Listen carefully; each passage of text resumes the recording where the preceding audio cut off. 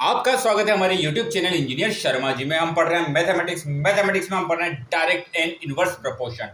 Direct and inverse proportion में बहुत अच्छा क्वेश्चन सॉल्व कर रहे हैं। क्वेश्चन क्या है? If 14 workers can build a wall in 45 hours, how many workers will be required to do the same work in 35 hours.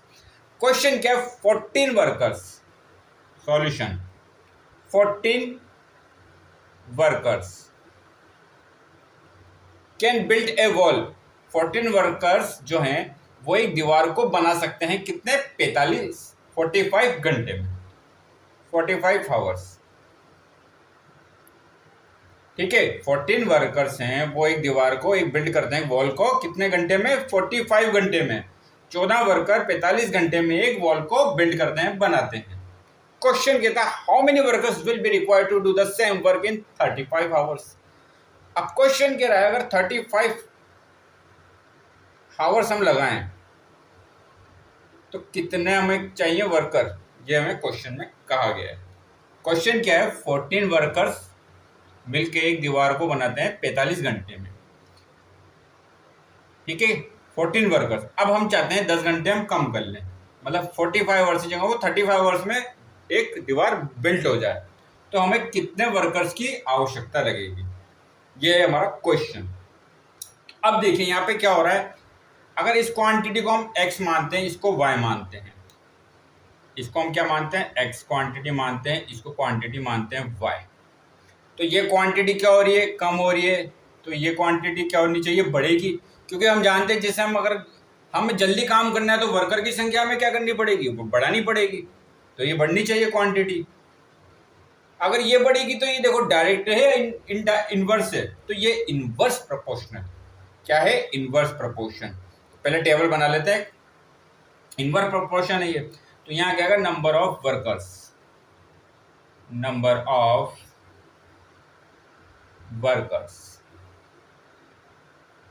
नीचे table में क्या आएगा? Time taken in hour, time taken इन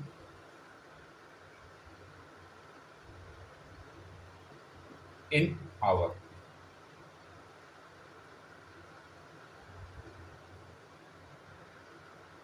अब आप देखिए नंबर ऑफ वर्कर पहले कितना है? 14। टाइम कितना लग रहा है? 45। अब हम कितना ले रहे हैं? 35। हम चाहते हैं 35 आवर में कितने वर्कर की हमें आवश्यकता पड़ेगी। तो हम मान लेते हैं x। क्या माना हमने? x वर्कर की हमें आवश्यकता पड़ेगी।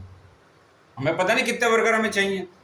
14 वर्कर एक दीवार को 45 घंटे में बनाते हैं, तो 35 घंटे में कितने वर्कर उस दीवार को बनाएंगे। तो यहाँ पे क्या हो रहा है? टाइम कम कर रहे हैं तो हमें वर्कर्स की संख्या को बढ़ाना पड़ेगा।